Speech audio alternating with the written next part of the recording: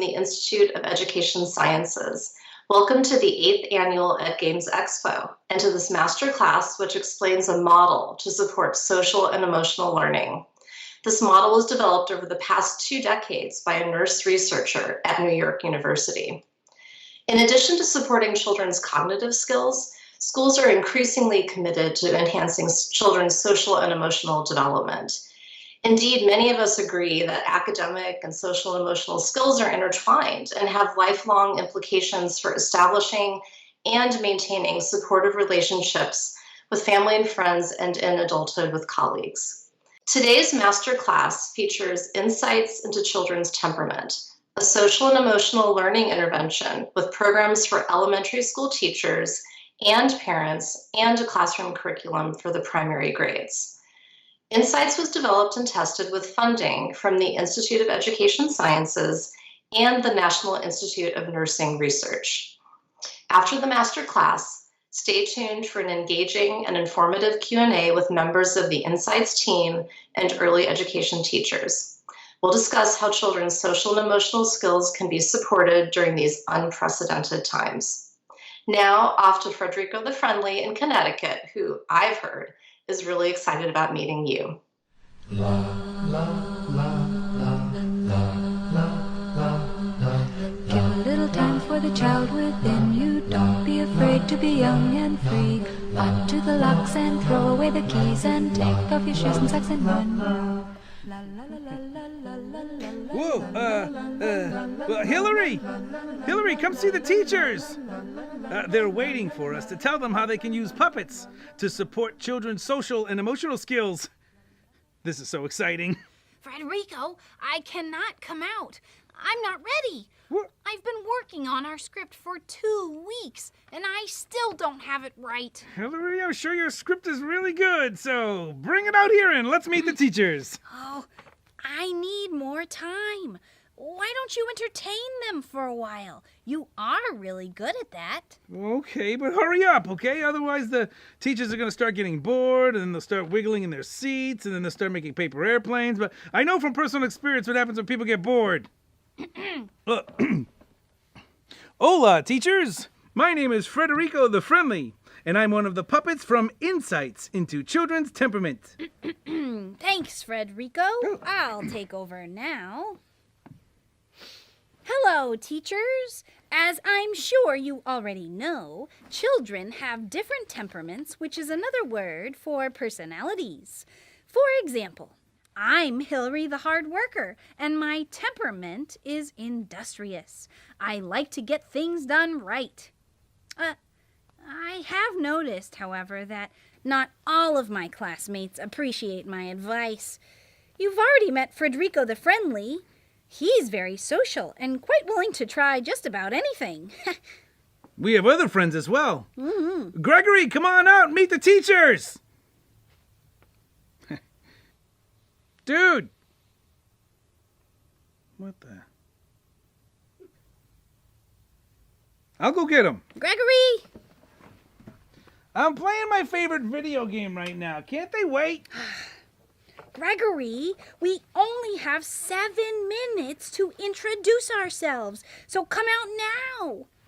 Okay. Hi. I'm Gregory the Grumpy, and my temperament is high maintenance. Or so they say.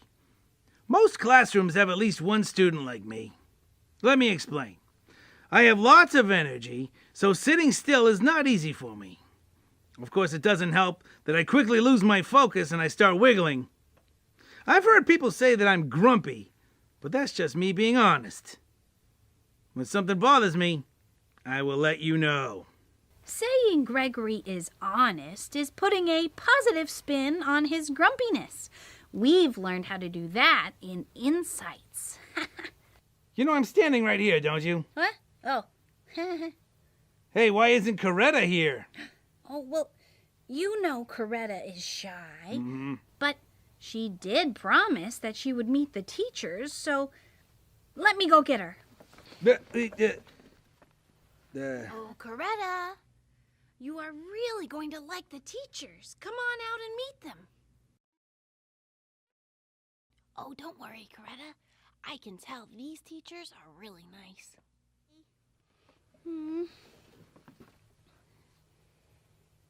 Hi, I'm Coretta the Cautious, and my temperament is slow to warm. It takes me a while to feel comfortable with new people. You could say that I'm shy. Yeah, I'd say you're shy. Well, could we bring out Dr. McClowry now? Okay, I guess it's my job to introduce you to Dr. Sandy McClowry. She developed insights into children's temperament. But I gotta warn you, Dr. McClowry is a human. Dr. McClowry, take it away. Thanks, Gregory. A universal need of all humans is to be loved and understood. Wait! Puppets want to be loved too. Of course they do, Gregory, and puppets are lovable. That's why we use them in Insights. Insights is about relationships, learning who we are and learning how we interact with others. The relationships your students have with you and with their classmates are so important because they help us understand that people are different. Puppets in Insights are fun. They're also therapeutic. They teach the children that they can say things that they're really feeling through the puppet and have no fear that they're going to be punished. They also can try on different personalities and different ways of interacting with people, all through the puppets. They understand and they soon learn that what's easy for one puppet is more difficult for another. In our parent and teacher program, the adults learn that what works for one child is unlikely to work for another. To use puppets in your classroom, channel your own 6-year-old. Well, hi, Hillary. The characters and their dilemmas will carry the lessons. All you have to do is just enjoy and relate to your students. Now, I have to admit, I'm not a particularly good puppeteer. However, the children have always been very forgiving of my technique. This is, however, a master class, so we have 2 professional puppeteers who are going to teach you some simple puppetry techniques.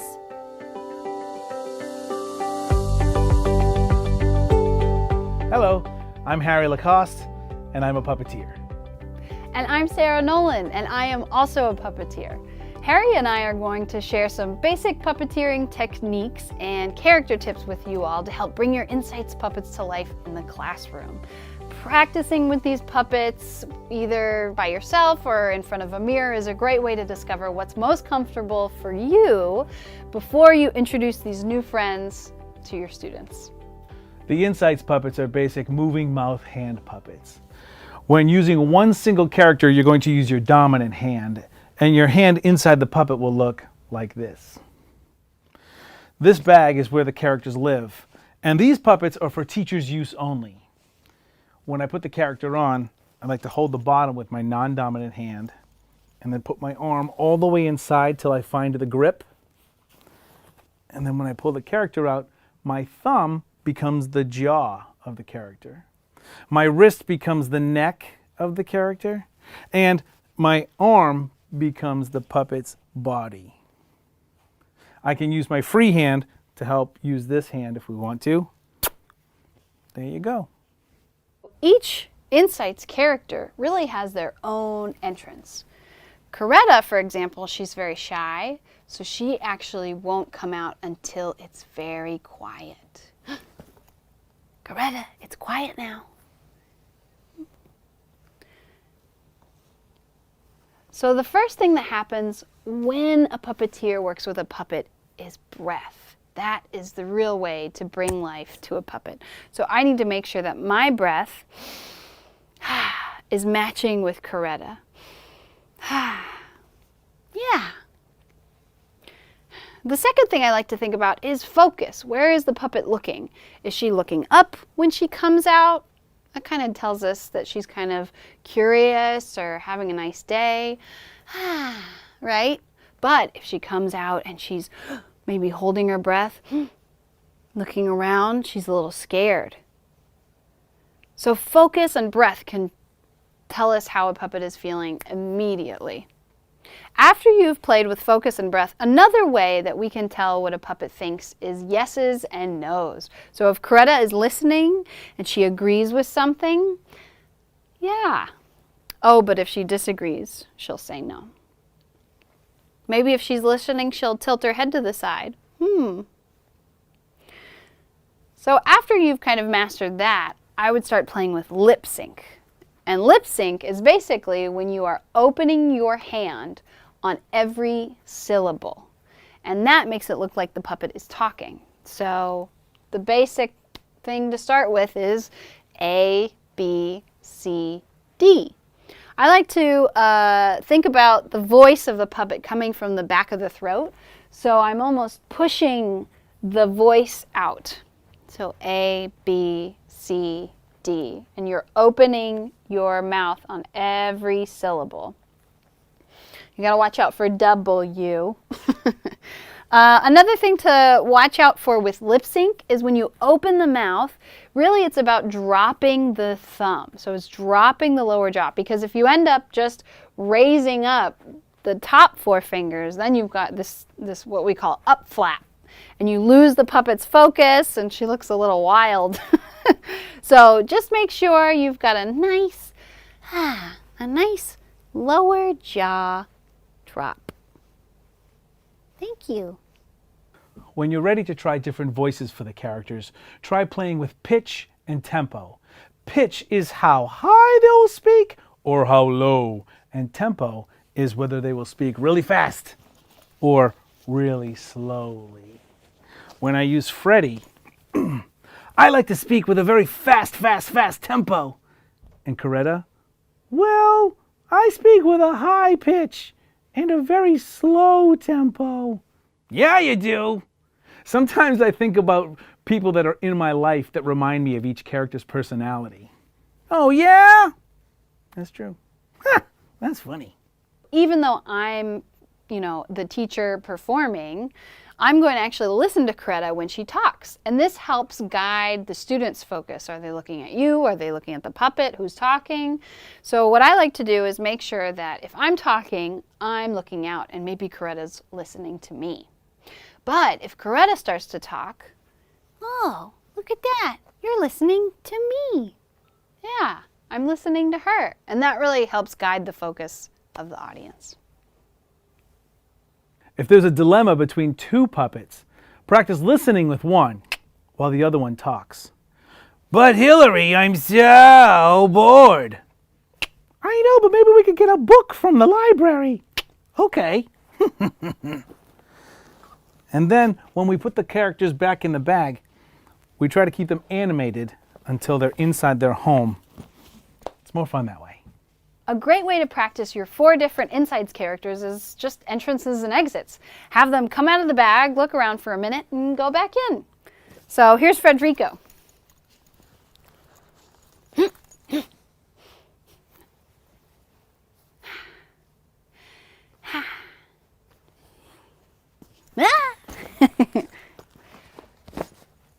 So even without words, we know that Frederico is a happy-go-lucky kid. All you need is breath and movement. Everyone's going to have their own version of each character. Hi, I'm Hillary, and I think it's time we get back to work. I'm Coretta the Cautious. I'm Gregory. Is it time to go yet? I'm Frederico the Friendly. Practice with them as much as you like before you go in front of your classroom. Working with a mirror is also helpful, especially when you're working with your lip sync. And remember, just take it slow. Children are mesmerized by these puppets, so you don't have to go over the top to get their attention. They'll come to life right before your eyes. Pretend that these puppets are students in your classroom. If you listen to them and respond to them honestly, your students will start to believe it too. And don't forget, have fun. If you have fun, your students will have fun too. Bye. The Insights puppets also teach children how to problem solve and deal with their dilemmas. We have many versions of Insights puppets. You've seen the big ones. We also have these mitten puppets that most teachers use in their classroom. However, we also have our freebies, which are available on our website. In the next section, you're going to see children working with the lollipop puppets, resolving some dilemmas.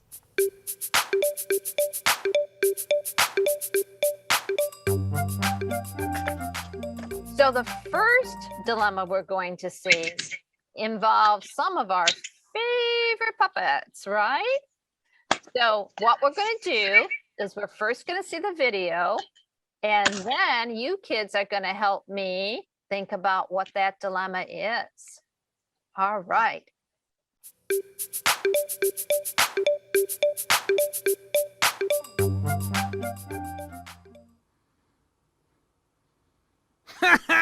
You guys look dumb.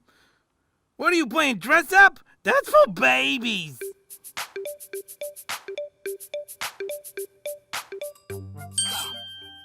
Recognize a dilemma. Caution. Think and plan. Go. Try it out.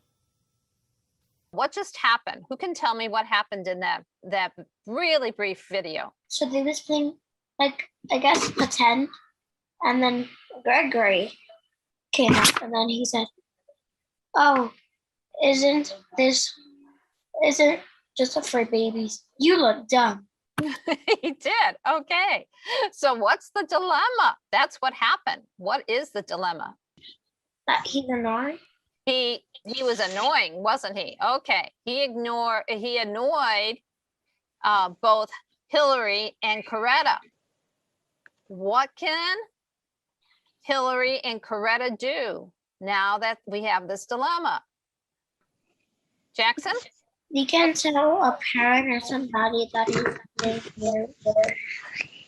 They could tell a parent that Gregory's being, or a teacher that Gregory's being annoying. Okay. They could just walk away. They could just walk away and keep playing, right? Okay.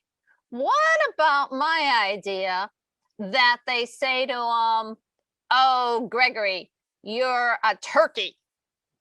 Okay. Maybe they can try to get Gregory into playing dress up too. Oh, interesting. Okay, they could invite Gregory to dress up and play with them. So now we've got some choices there, right? So let's go over what our choices were so we can decide which one we like. Sloan, tell us again what your idea was. They can just walk away and keep playing. Yeah, they could walk away. Is that a helpful one or a not helpful one or something in between? What do we think? Helpful. That's a helpful one. Tegan thinks it's a helpful one. Sloan, do you agree that would be helpful? Helpful. Okay. And Jackson agrees that would be helpful. Okay. All right. Is my idea of saying, Gregory, you're a turkey, a helpful one or a not helpful one? Not helpful? Okay. A turkey. It's it's a turkey of an idea, right? Okay. How about the idea? Tegan, what was your idea? They can invite Gregory to play dress up with them. I think that could be helpful. Maybe that's why he's being annoyed, because he's not playing. Let's decide to try it out with one of these ideas.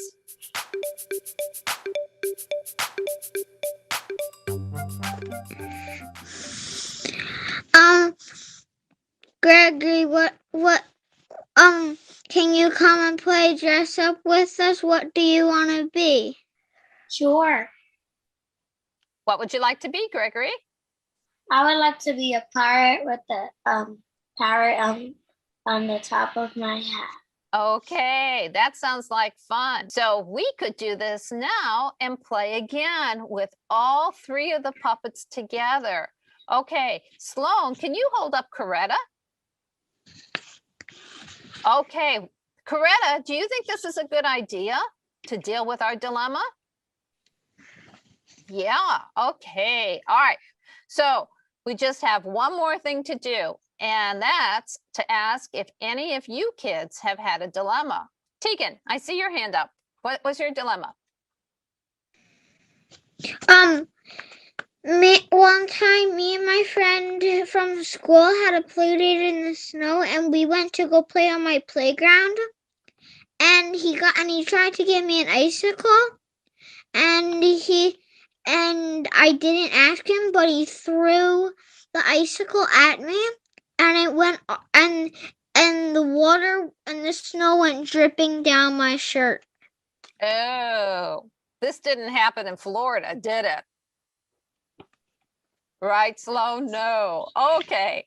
All right. What was Tegan's dilemma?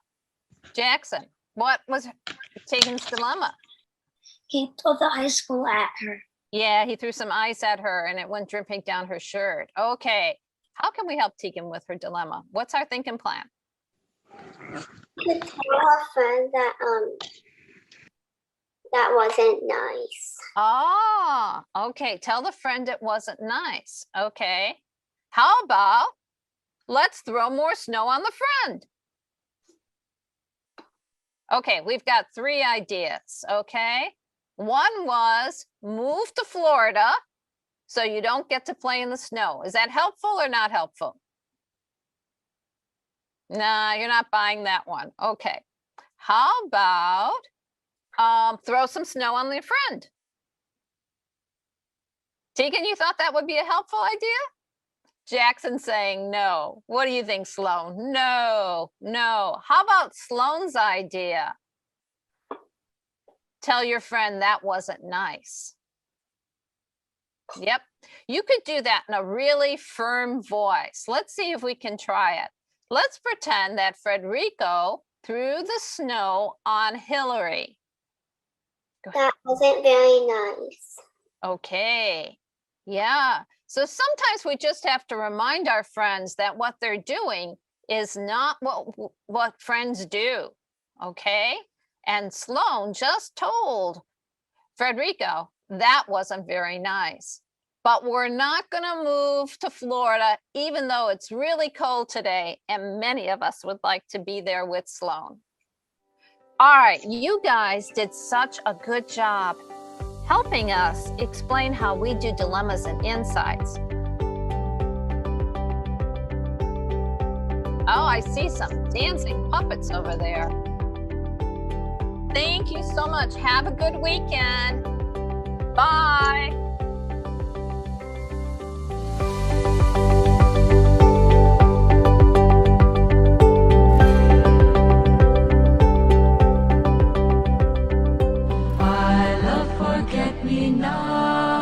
Love her nutter sugar pops. I'll hug you and kiss you and love you. Love you. Love you. Love you. Love you. Love you. La la la la la la la la la la la la la la la